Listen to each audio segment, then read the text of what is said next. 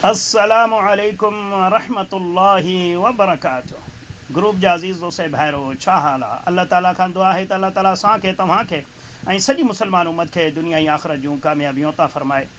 मुंहिंजा अज़ीज़ दोस्तो साथियो, मूं हिकिड़ी वीडियो हींअर मोकिली आहे जेका तक़रीबन 3 मिंट 12 सेकंडनि जी आहे। मुंहिंजा अज़ीज़ दोस्तो, इंतिहाई ॾुखाईंदड़ वीडियो आहे। जंहिं बि इंसान जे अंदरि ज़र्रे बराबरि ईमान हुजे त अल्लाह जो कसम उनखे गैरत ईंदी, उनखे ॾुख थींदो, अफ़सोस थींदो, उनखे कावड़ चढ़ंदी ऐं हू पाण सां वाइदो कंदो त जेसी तूणी ज़िंदगी आहे तेसी तूणी जद्दोजहद करणी आहे। हिदायत ॾियण वारो मुंहिंजो रब आहे। हिन ज़ुल्म जे ख़िलाफ़ु आवाज़ु उथारणो आहे, महिनत करणी आहे पंहिंजे हाल आहिर। मुंहिंजा अज़ीज़ दोस्तो, हिन वीडियो में ॾिसी सघो था त अल्लाह जे घर मस्जिद में दीन खे तमाशो बनायो थो वञे। ॾिसो कीअं वारी वारी ते माण्हू अचनि था ऐं मस्जिद जे सहन में, उन जे अॻुवाड़े में अची वेहनि था मुसलनि ते, ऐं पोइ खोड़ सारा बेइल्म जाहिल माण्हू उहे उन जे चौतरफ़ तवाफ़ कनि वेठा ॼण। ऐं तवाफ़ छा आहे, नचंदे पिया था कनि, नचनि वेठा, नारा हणनि वेठा ऐं अलाए कहिड़े क़िस्म जी हू आवाज़ कढंदा। हुननि जे पंहिंजे पर में इहो बि ज़िक्र आहे, नऊज़ बिल्ला। पर हालांकि अल्लाह ऐं अल्लाह जे रसूल सल्लल्लाहु अलैहि वसल्लम असांखे अहिड़ो को ज़िक्र कोन सेखारे। ही मस्जिद में दीन खे तमाशो बनाए वेठा, वारी वारी ते अची माण्हू वेहनि था, हू नचनि वेठा, नारा हणनि वेठा ऐं वरी उहे उथी वञनि था, वरी ॿिया अची वेहंदा, वरी उन्हनि खे तवाफ़ कनि वेठा, उन्हनि जे चारो तरफ़ फिरनि वेठा ऐं नचनि वेठा। अल्लाहु अकबर।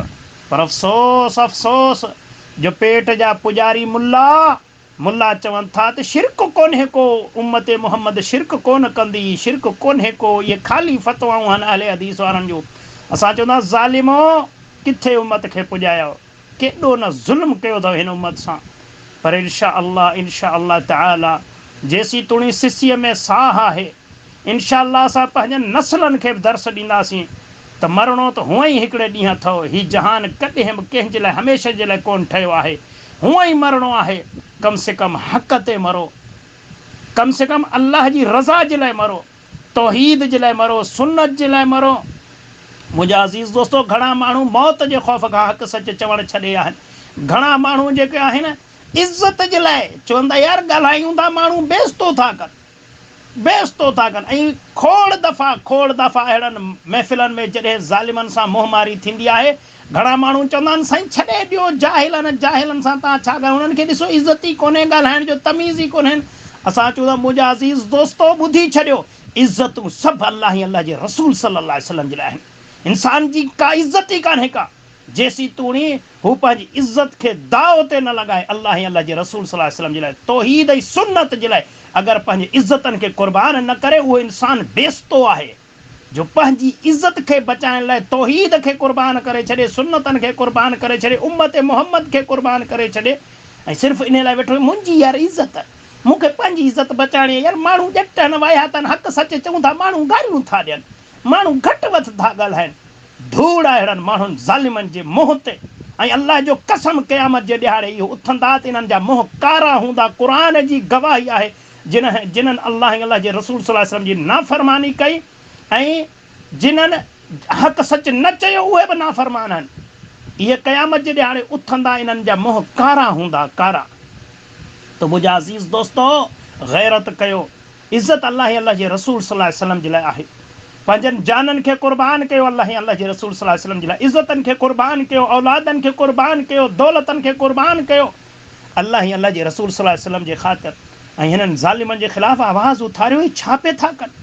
ही साॻियो धंधो शुरू कयो अथनि मुशरिकीन मक्का वारनि जो। जेको मुशरिकीन मक्का अल्लाह जे घर बैतुल्लाह में ईंदा हुआ, तवाफ़ कंदा हुआ, त कीअं कंदा हुआ? क़ुर जी गवाही तव्हांखे ॾियां थो। सूरत अल-अनफ़ाल, सूरत नंबर 8, आयत नंबर 35। मां आयत बि मोकिली आहे, इतबार न अचे त वरी क़ुर पाण खोले ॾिसो। अल्लाह फरमाए थो, वमा कान सलातुम इंदल बैति इल्ला मुकाअन व तस्दिया। अल्लाह से फरमाईंदो, उन्हनि ज़ालिमनि जी अल्लाह जे घर काबतुल्लाह वटि जेका इबादत हुई, उहो ॿियो कुझु न हो, सीटियूं ऐं ताड़ियूं वॼाइण। सीटियूं वॼाईंदा हुआ, ताड़ियूं वॼाईंदा, ऐं ख़ुशि थी वेंदा, असां इबादत था कयूं, अल्लाह खे राज़ी पिया था कयूं। अल्लाहु अकबर। अल्लाह ताला फरमाए थो फ़ज़ूक़ुल अज़ाब बिमा कुंतुम तकफ़ुरून। क़यामत जे ॾींहुं हाणे अल्लाह चवंदो जेको तव्हां कुफ़र पिया कयो उनजो मज़ो हाणे चखियो, इन्हनि सीठियुनि जो इन्हनि ताड़ियुनि जो मज़ो वठो। जेको तव्हां चवंदा न मैं नच नच रब को मना असां, नच नच अलाह खे राज़ी कंदासीं, जेको तव्हां इन्हनि सीठियुनि खे, इन्हनि धमालनि खे, इन्हनि जेको नकारनि खे, इन्हनि खरकनि खे तव्हां इन्हनि खे सम्झो पिया त हीअ अलाह खे राज़ी पिया था कयूं। क़यामत जे ॾिहाड़े अलाह चवंदो त इन जो अज़ाब जो मज़ो तव्हांखे मां चखराईंदुसि। त मुंहिंजा अज़ीज़ दोस्तो, सूरत अल अनफ़ाल साॻी सूरत आहे, आयत नंबर 25 आहे। उते अल्लाह ताला फरमाए थो त वत्तक़ू फ़ितनतन ला तुसीबन्न अल्लज़ीना ज़लमू मिनकुम ख़ासा। ऐं अल्लाह साईं फरमाए थो त पोइ डिॼो उन अज़ाब खां, उन तबाही ऐं बर्बादी खां जेको ख़ासि गुनहगारनि जे लाइ कोन थो अलाह मोकिले। जॾहिं अलाह जो अज़ाब थो अचे त पोइ सुकनि सां गॾु सावा बि ख़तमु थी वेंदा, त उहे बि ख़तमु थी वेंदा। जिन्हनि गुनाह कयो उहे बि ख़तमु थींदा, जिन्हनि गुनाह करण वारनि खे रोकियो न, उन्हनि सां बाइकाट न कयो, उन्हनि खे नसीहतूं न कयूं, उन्हनि जे ख़िलाफ़ु जद्दोजहद न कयूं, उन्हनि ते बि अज़ाब ॿधो अची वेंदो।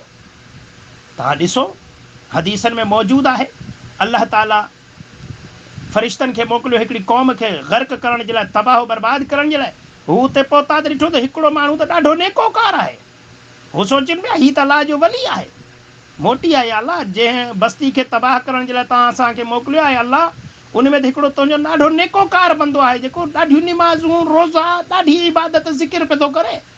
अल्लाह ताला फरमाए थो मुंहिंजे अज़ाब जी शुरूआत उन खां कयो, उन खां कयो, छो त हीअ सॼी उम्मत तबाह थी वई, बर्बाद थी वई, मुंहिंजी नाफ़रमानी में ॿुॾी वई। हीअ पंहिंजी निमाज़ खे लॻो पियो, हीअ पंहिंजे रोज़े खे लॻो पियो, इन जे निमाज़ रोज़े ज़िकिर जी मूंखे ज़रूरत ई कान्हे का। असुल जेके इबादत आहे त उहा आहे गैरत। असां शिरक ॾिसूं, बिदात ॾिसूं, उम्मत खे नचंदे कुॾंदे ॾिसूं, असांखे गैरत न अचे त पोइ असांजो ईमान कहिड़ो आहे, अलाह जी कहिड़ी मोहबत हूंदी असां सां। त अल्लाह ताला फरमाए थो त पोइ अलाह मूं चयो अज़ाब जी शुरूआत उन खां कयो। ऐं जेके असहाब सब्त हुया, जेके छंछर वारा क़ुर में ॾिसो, अल्लाह ताला उन्हनि खे मना कयो छंछर जे ॾींहुं तव्हां जेको आहे मच्छी जो शिकार न कयो। आज़माइश हुई अलाह जे तरफ़ां, उन्हनि खे अलाह आज़मायो, पर हुननि पोइ ठगी कई, हिकिड़नि ठगी कई ऐं ॿियनि वरी उन्हनि खे रोकियो न, चयूं धूड़ वञी पाण गुनाह था कनि, पाण था कनि, असांजो कमु कोन्हे।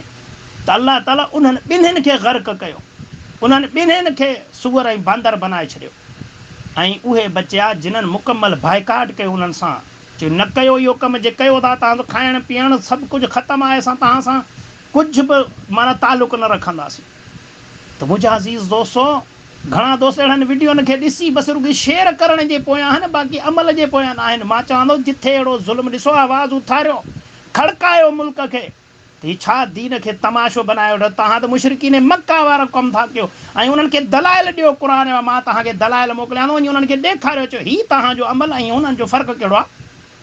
हू बि अलाह जे घरनि में नाच गाना, तव्हां बि अलाह जे घरनि में वतो था नाच गाना कंदा, ऐं वतो था धमालूं हणंदा, ऐं वतो था तव्हां जेको मस्तियूं कंदा, फ़र्क़ु कहिड़ो रहियो। तंहिं करे अलाह जो ख़ौफ़ कयो, अलाह जो ख़ौफ़ कयो, हिननि ज़ुल्मनि जे ख़िलाफ़ु आवाज़ु उथारियो। ज़िंदगी अलाह असांखे पैदा ई हिन दीन जे लाइ कयो आहे। असांखे हीअ जेको असां कारोबार कयूं था, तिजारत कयूं, हिकिड़ो मजबूरी आहे असांजी, गुज़र सफ़र जे लाइ मजबूरी आहे, मक़सदु असुलु आहे उहो इहो आहे। त ज़ुल्म जे ख़िलाफ़ु आवाज़ु उथारणु, तौहीद जो आलम खे बुलंद करणु, सुन्नतनि जे आलम खे बुलंद करणु, इहा असांजी ज़िंदगी जो मक़सदु आहे। कुफ़र, शिरक, बिदअत ऐं तक़लीद जो ख़ात्मो करणु ऐं सभिनी मुसलमाननि खे क़ुर ऐं सुन्नत ते मुतहिद करणु, इहो असांजी ज़िंदगी जो मक़सदु आहे। अलाह खां दुआ आहे त अलाह ताला असां सभिनीनि खे कुफ़र, शिरक, बिदअत ऐं तक़लीद खां महफ़ूज़ फ़रमाए ऐं ख़ालिस क़ुर ऐं सुन्नत खे पढ़णु, सम्झणु, उन ते अमल करणु ऐं उनखे पूरी दुनिया जे इंसाननि ताईं पहुचाइण जी तौफ़ीक़ अता फ़रमाए। आमीन या रब्बल आलमीन। अस्सलामु अलैकुम व रहमतुल्लाहि व बरकातहू।